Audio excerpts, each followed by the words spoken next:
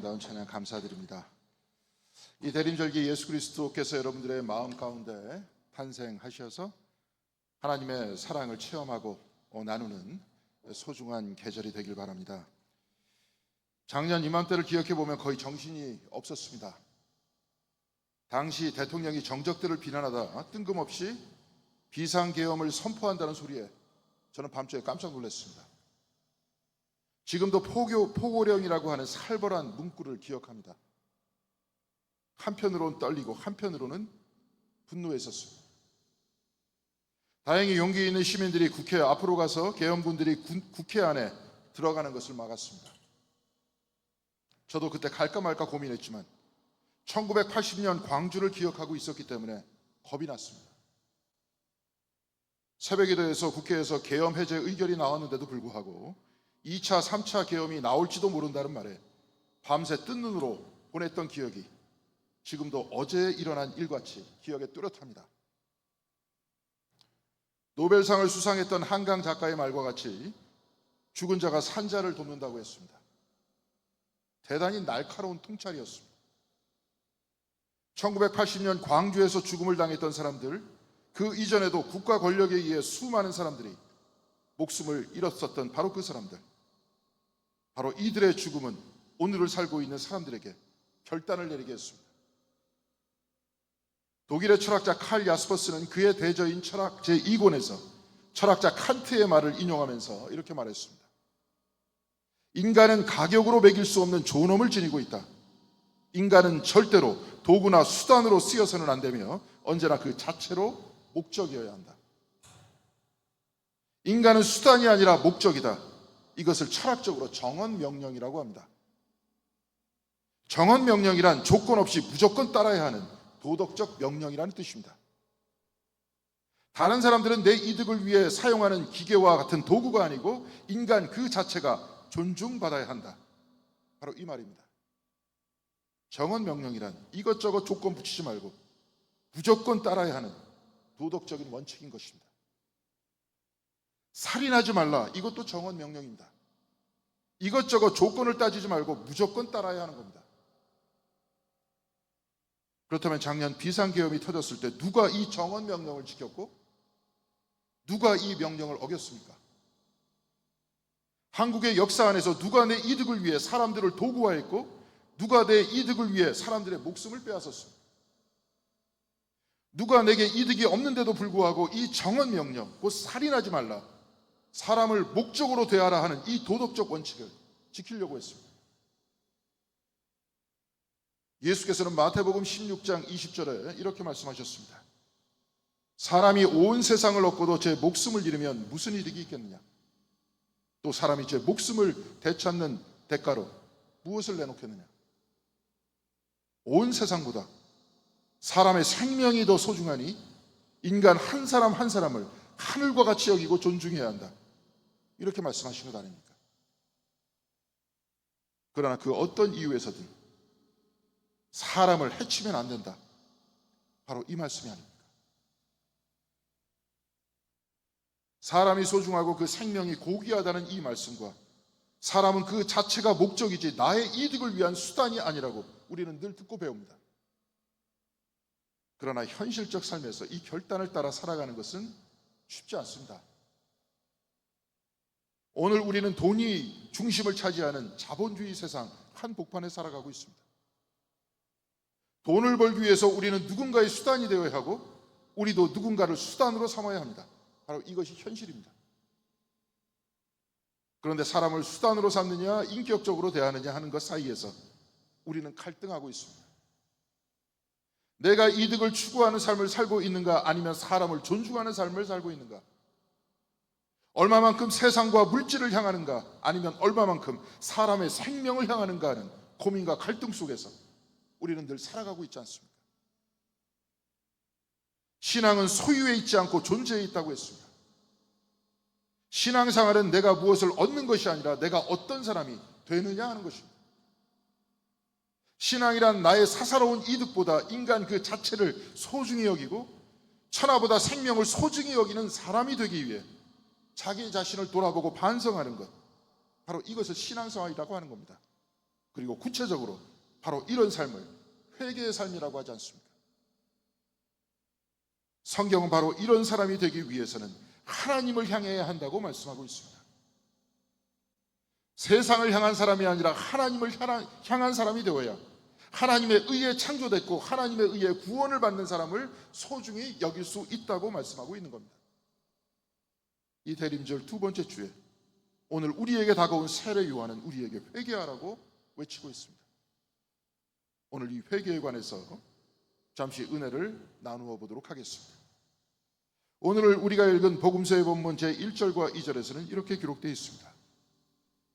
그 무렵에 세례자 요한이 나타나서 유대 광야에서 선포하여 말하기를 회개하여라 하늘나라가 가까이 왔다 하였다. 회개하여라 하늘나라가 가까이 왔다.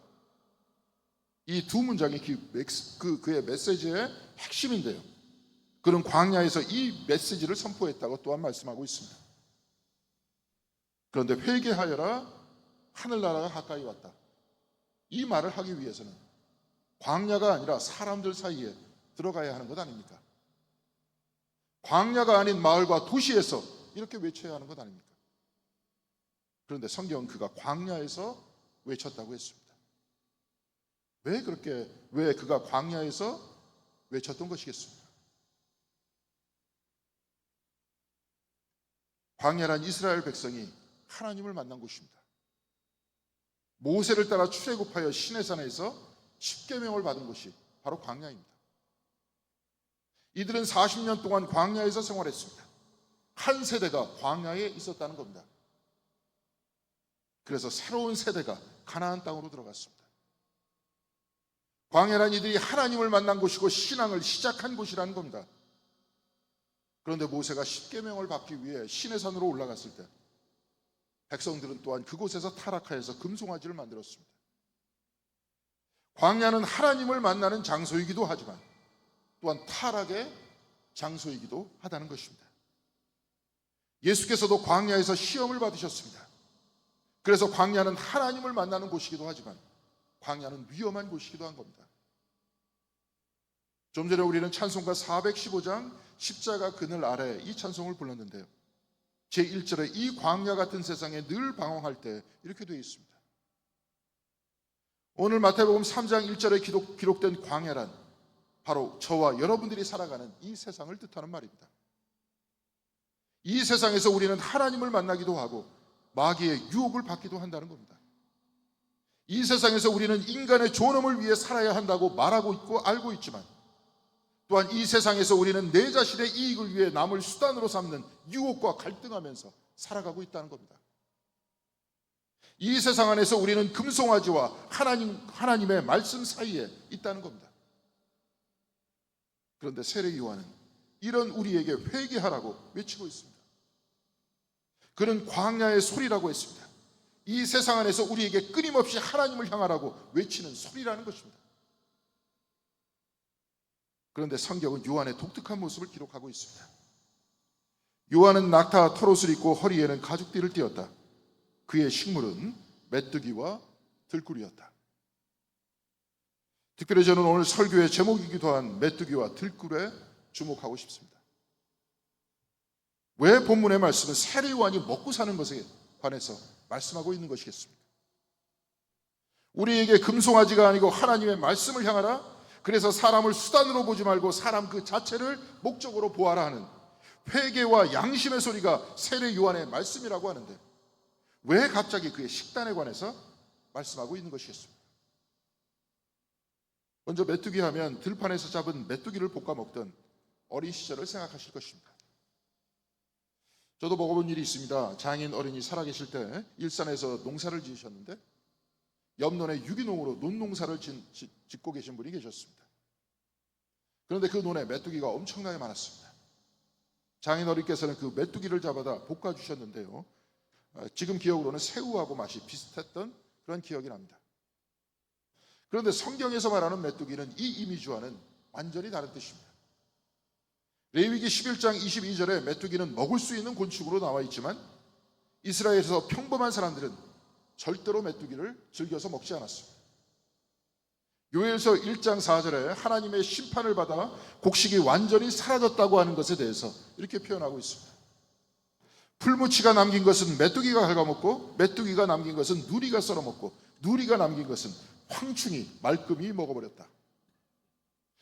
풀무치, 메뚜기, 황충이, 누리 이렇게 나와 있는데요, 이들 모두는 다 메뚜기 종류입니다. 이들은 식량을 갉아먹는 해충이었습니다. 그래서 사람들은 메뚜기를 별로 좋아하지 않았습니다. 해충이었기 때문에 그렇습니다. 그런데 기원전 4세기에 활동했던 교부신학자 제롬은 오늘 메뚜기와 들꿀을 기록한 마태복음 3장 4절의 말씀을 이렇게 해석했습니다. 메뚜기는 혹독함과 금욕을, 들꿀은 영적 달콤함을 나타낸다. 후라이팬에 소금을 뿌리고 볶는 메뚜기는 고소한 맛이겠지만 광야에서 잡아 요리하지 않고 생으로 먹는 메뚜기는 쓴맛입니다. 그래서 혹독함과 금욕을 뜻한다라고 그는 말했던 겁니다. 또한 들꿀은 모세가 이스라엘 사람들에게 가나안을 이야기할 때 늘 젖과 꿀이 흐르는 땅이다 이렇게 이야기했습니다. 꿀은 가나안 땅을 뜻하는 말입니다. 그런데 요한은 가나안 땅에서 꿀을 먹은 것이 아니라 광야에서 꿀을 먹었습니다. 이것을 광야의 이스라엘 사람들에게 대입해 본다면 백성들은 아직 가나안에 들어가지 않았는데 그 땅에 꿀을 먹었다 이 말입니다. 광야는 이 세상이라고 했습니다. 그렇다면 죽은 후 천국에 들어가 꿀을 먹는 것이 아니라 지금 이 세상 안에서 꿀을 먹고 있다는 겁니다. 이 꿀을 영적 달콤함이라고 한다면 이 영적 달콤함이란 무엇이겠습니까? 곧 하나님의 나라, 하늘나라를 뜻하는 것이 아니겠습니까? 얼마 전 미국 연합감리교회 화가이며 시인이고 목사인 얀 리차드슨의 그림을 소개한 적이 있었는데요, 그는 그림과 함께 그 그림을 해석하는 시를 남겨놨습니다. 여러분들이 지금 앞에서 보고 있는 것입니다. 먼저 오른쪽에 있는 그 시를 읽어보도록 하겠습니다. 준비하라 준비하라, 그 말이 너를 무너뜨리는 것처럼, 너를 비우는 것처럼 느껴질지도 모른다. 내가 알고 지내온 모든 것을 내놓으라고 요구하면서 그것은 예의도 없고 길들여지지도 않았다. 그러나 일단 내 입술에 닿는 순간 너는 놀라게 될 것이다. 그 달콤함에, 벌꿀이 혀끝에 스며들듯 내가 미처 알지 못하던 그 허기를 채워주는 그 단맛에, 메뚜기와 같은 쓴맛의 회개는 하늘나라를 준비하는 것인데 놀랍게 그것이 내 입에 닿는 순간 깜짝 놀라게 될 것이다 라고 말하고 있습니다. 그림을 보면 황금색이 아마 꿀인 것 같고요, 밑에 붉은색이 있는데 혹시 그것이 입술이 아니겠습니까? 그렇게 보입니다. 꿀이 입술에 닿을 때 그 입술과 그 밑에 파란색이 섞여 있습니다. 핏줄의 색을 보면 동맥은 붉은색이고 정맥은 파란색입니다. 사실 피는 다 빨간색인데 우리는 그렇게 파랗게 보입니다. 그 이유는 산소가 상대적으로 부족한 피는 피부를 통해서 파랗게 보인다고 말합니다. 허파에 숨을 들이쉬면 산소와 피가 섞여 심장을 통해 온몸을 돌고 몸을 한 바퀴 돈 피는 다시 산소를 받기 위해 심장과 허파로 몰립니다. 마치 정맥과 같이 파란색으로 보이는 핏줄을 통해 산소를 받기 위해서 이 핏줄이 그 입술로 향하는 것 같습니다. 저 그림에서 피는 입술로 쏠리고 있습니다. 달콤한 꿀맛을 보기 위해서 몸에 피가 반응하는 것입니다. 세례 요한의 스테이션 외침을 통해 회개하여 하나님의 나라를 향할 때 그것은 과거에 전혀 느끼지 못한 기쁨과 행복을 느낀다는 말씀이 아니겠습니까? 세례 요한이 외쳤던 하나님 나라, 그것은 무슨 뜻이겠습니까? 하늘나라가 다가오고 있다는 것은 하늘의 주인이 되시는 그리스도께서 우리에게 오신다, 그 말씀이 아니겠습니까? 그렇다면 들꿀이란 하나님의 나라이고 하나님 나라의 중심은 예수 그리스도이시니 광야에서 메뚜기와 들꿀을 먹는 세례 요한은 광야에서, 곧 이 땅에서 회개하여 세상의 방식대로 사는 것이 아니라 예수 그리스도와 함께 살아가는 우리들의 삶에 관해서 말씀하고 있는 것 아닙니까? 얀 리차드슨은 세례 요한을 통해 바로 저와 여러분을 이야기하고 있습니다. 우리 모두는 메뚜기와 꿀을 먹고 살아가고 있다고 말하고 있는 겁니다. 메뚜기를 먹으면서 이 세상 안에서 이 세상의 삶의 방식을 떠나는 것이고, 들꿀을 먹으면서 영원한 생명이 되시는 그리스도를 먹고 마신다는 것입니다. 세례 요한의 회개의 소리를 들으면서 서로를 수단으로 살아가는 이 세상을 떠나서 사람 자체를 목적으로 삼고 생명을 천하보다 소중히 여기라는 하늘의 뜻을 따라 살라고 말씀하고 있는 겁니다. 하늘나라를 품고 우리에게 오시는 그리스도께서는 황제로 오신 것이 아니었습니다. 마국간에서 첫 삶을 시작한 지극히 작은 사람으로 우리에게 오셨습니다. 그리고 저와 여러분에게 마국간에서 태어난 그 사람도, 가난한 제3세계 우리도 알지 못하는 이 땅의 한쪽 구석에 태어난 그 사람도 소중한 하나님의 아들이고 하나님의 딸이라고 선포하고 있는 것 아닙니까?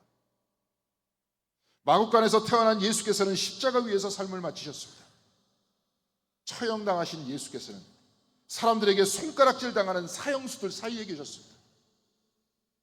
십자가까지도 그 잔혹한 사형도, 그 어떤 비참한 죽음을 당한 사람도 하나님의 사랑에서 끊을 수 없다고 말씀하고 있는 것 아닙니까?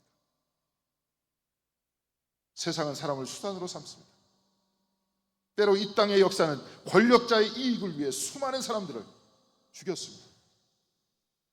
그러나 하나님 나라는 지극히 낮은 곳에 태어난 아기와 사형수들까지도 품어내는 사랑의 나라라고 말씀하고 있는 것 아닙니까? 광야에서 외쳤던 세례 요한의 마음에는 오늘 우리가 읽은 이사야서 11장 6절에서 9절이 들어있었을 것입니다. 예수께서 가져오시는 하나님 나라는 바로 이와 같은 나라라고 말씀하고 있는 겁니다. 오늘 우리가 읽은 구약 성경 말씀 이사야서 11장 6절에서 9절까지의 말씀 다 같이 한번 교독해 보도록 하겠습니다. 그때 이리가 어린 양과 함께 살며 표범이 새끼 염소와 함께 누우며 송아지와 새끼 사자와 살찐 짐승이 함께 풀을 뜯고 어린아이가 그것을 이끌고 다닌다.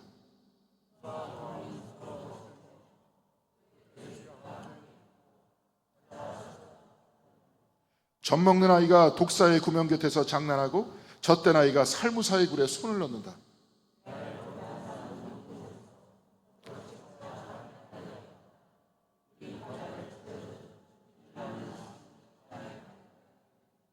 아멘. 이리는 양을 잡아먹고 표범은 염소를 먹고 살아갑니다. 사자는 송아지를 먹고 곰은 암소를 잡아먹습니다. 그러나 하나님께서는 이사야를 통해 하나님의 거룩한 산 모든 곳에서는 서로 해치거나 파괴하는 일이 없다고 하셨습니다. 왜냐하면 주님을 아는 지식이 땅에 가득하기 때문이라고 했습니다. 하나님을 아는 지식이 가득한 하늘나라에서는 사람을 수단으로 삼는 삶에서 완전히 돌아서 사람 그 자체를 사랑하고 하나님이 만드신 모든 피조물을 서로 사랑하는 그 나라에서는 서로 해치고 파괴하지 않는 평화와 사랑의 나라가 이루어진다는 것이 아닙니까?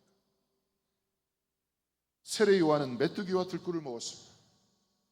쓴 것을 먹으면서 사람을 내 이익과 목적을 이루는 수단으로 삼던 그 삶을 버리고 온 세상보다 생명이 더 소중하다고 여기는 주님의 가르침을 향해 살 때 그 안에서 내가 존중하고 서로 존중받는 세상, 서로 해하는 세상이 아니라 서로 살리는 하나님의 세상이 열리는 바로 들꿀과 같은 삶이 열리게 될 것이다라고 말씀하고 있는 것입니다. 모두가 존중을 받고 모두가 사랑을 받은 삶, 저와 여러분이 누군가의 수단으로 살아가는 것이 아니라 인간 자체가 목적이 되는 삶, 내가 이용하며 내가 남을 이용하며 살아가는 것이 아니라 나도 남도 모두가 소중하고 존엄한 생명이라고 서로가 여기는 바로 그 삶, 우리 모두가 천하보다 소중한 인격적 존재로 서로 존중해주는 그 삶, 바로 이 삶이 하늘나라의 삶이다, 들꿀의 삶이다라고 세례 요한을 통해서 성경은 우리에게 말씀해 주고 있는 것입니다. 세례 요한은 광야에서 메뚜기와 꿀을 먹었습니다. 이 세상 안에서 세상을 떠나 하나님 나라의 삶을 살았다는 것입니다. 그는 메뚜기와 꿀을 먹었습니다. 한 번 먹은 것이 아니라 그것이 그의 식사라고 했습니다. 우리 역시 마찬가지입니다.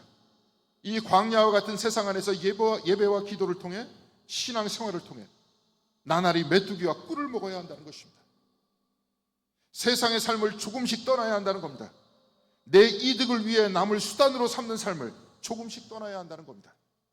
그리고 하나님을 향해, 모두를 구원하시는 예수 그리스도를 향해 조금씩 나가야 한다는 것입니다. 하늘나라의 중심이신 예수 그리스도께서는 공동체에 들지 못하고 떠돌아다녔던 나병 환자의 손을 떼어 치유하셨습니다. 성소에 들지 못하는 맹인들과 절름발이를 일으키셨습니다. 사람들에게 간음했다 하여 여인을 끌고 와서 돌로 치려는 사람들 앞에서 예수께서는 누구든지 죄 없는 자가 돌로 치라고 하셨습니다. 이에 나이가 많은 사람부터 돌을 내려놓고 그곳을 떠났다고 했습니다. 그래서 예수와 그 여인은 둘만 남았습니다. 이때 예수께서는 그 여인에게 이렇게 말씀하셨습니다. 여자여, 사람들은 어디 있느냐? 너를 정죄한 사람이 한 사람도 없느냐? 여자가 대답하였다. 주님, 한 사람도 없습니다. 예수께서 말씀하셨다. 나도 너를 정죄하지 않는다. 가서 이제부터는 다시는 죄를 짓지 말아라. 십자가 위에서 예수께서는 사형수를 용서하시며 너는 오늘 나와 함께 낙원에 갈 것이라고 하셨습니다. 주님께서는 제자들에게 그리고 우리 모두에게 하늘에 계신 우리 아버지라는 기도를 가르치셨습니다. 하늘에 계신 우리 아버지, 건강한 사람들의 아버지일 뿐만이 아니라 병자들의 아버지도 되시고 귀족들의 아버지일 뿐만이 아니라 천하다, 죄인이다 하는 사람들의 아버지가 되시는 하나님이시고 우리 모두는 그의 존엄한 자녀라고 가르치셨습니다. 바로 이 주님께서 하나님 나라를 이끌고 지금 우리에게 오십니다. 세상의 모든 즐거움은 메뚜기처럼 쓸 뿐입니다. 그리고 들꿀과 같이 달콤한 삶, 하늘나라의 삶을 품고 예수께서는 오늘 저와 여러분에게 오십니다. 신앙생활은 이 세상 안에서 하늘나라의 주인이 되시는 예수 그리스도를 품고 살아가는 것입니다. 신앙은 소유에 있지 않고 존재에 있다고 했습니다. 신앙은 우리에게 돈을 벌어다 주는 것이 아닙니다. 소원을 성취하는 것이 아닙니다. 신앙생활은 우리에게 회개를 통해 하나님 나라의 백성으로 예수와 동행하는 삶으로 살아가게 하는 것입니다. 이것이 너무나도 달콤하고 좋기 때문에 들꿀과 같은 삶이라고 오늘 본문에서는 말씀하고 있는 것입니다. 사랑하는 성도 여러분, 오늘은 대림절 두 번째 주일입니다. 오늘도 우리는 세례 요한과 같이 메뚜기와 들꿀을 먹기 위해서 이곳에 왔고 우리도 메뚜기와 들꿀을 먹으면서 삶을 살아내기 위해서 신앙생활을 하고 있습니다.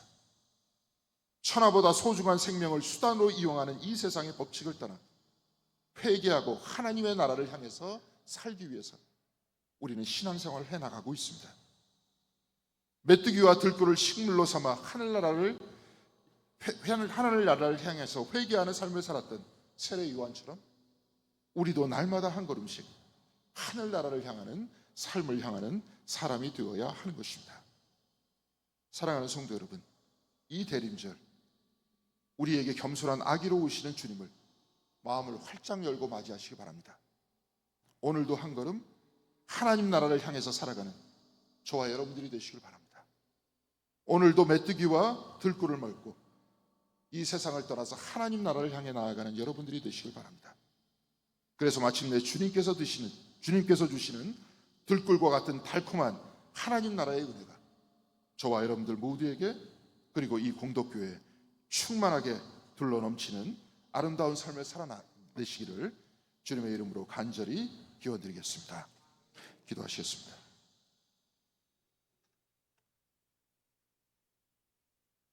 사랑과 은혜가 충만하신 하나님, 감사드립니다. 우리 모두에게 생명을 허락하여 주시고 이 세상 한복판에서 살게 하여 주시는 은혜 감사드립니다.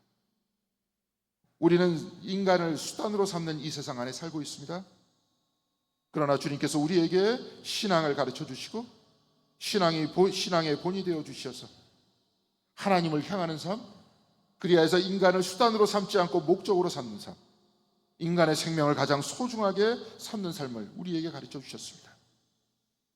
우리에게 바로 이 삶을 허락해 주셨사오니 우리가 끊임없이 하나님을 향할 수 있도록 인도하여 주시옵시고 어쩔 수 없이 수단으로 삼고 수단이 되어야 하는 이 세상의 삶 한복판에서 우리가 나날이 조금씩 하나님을 사랑하고 사람을 사랑하는 그 삶을 살아낼 수 있도록 인도하여 주시옵소서.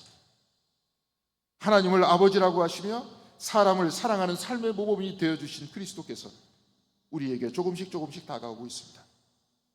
우리로 하여금 마음을 활짝 열고 그리스도 예수를 받아들이는 삶을 살아낼 수 있도록 인도하여 주시어서 우리가 진정 하나님의 사람, 그리스도의 사람이 될 수 있도록 인도하여 주시옵소서. 우리 공덕교회가 진정으로 달콤한 들꿀을 먹는 교회가 되기를 원합니다. 서로의 모습 속에서 하나님을 발견하고 서로를 높이고 서로를 존중하는 아름다운 교회가 되길 바랍니다. 주여, 우리의 마음을 쳐주시고 우리의 삶을 쳐주셔서 우리가 하나 되고 우리가 서로 사랑하는 아름다운 교회가 될 수 있도록 인도하여 주시옵시고, 또한 우리 교회에서 배우고 익힌 바로 이 삶이 우리 일상의 삶이 될 수 있도록 주께서 우리를 이끌어 주시옵소서. 이 모든 말씀 우리 주 예수 그리스도의 이름으로 기도드렸습니다.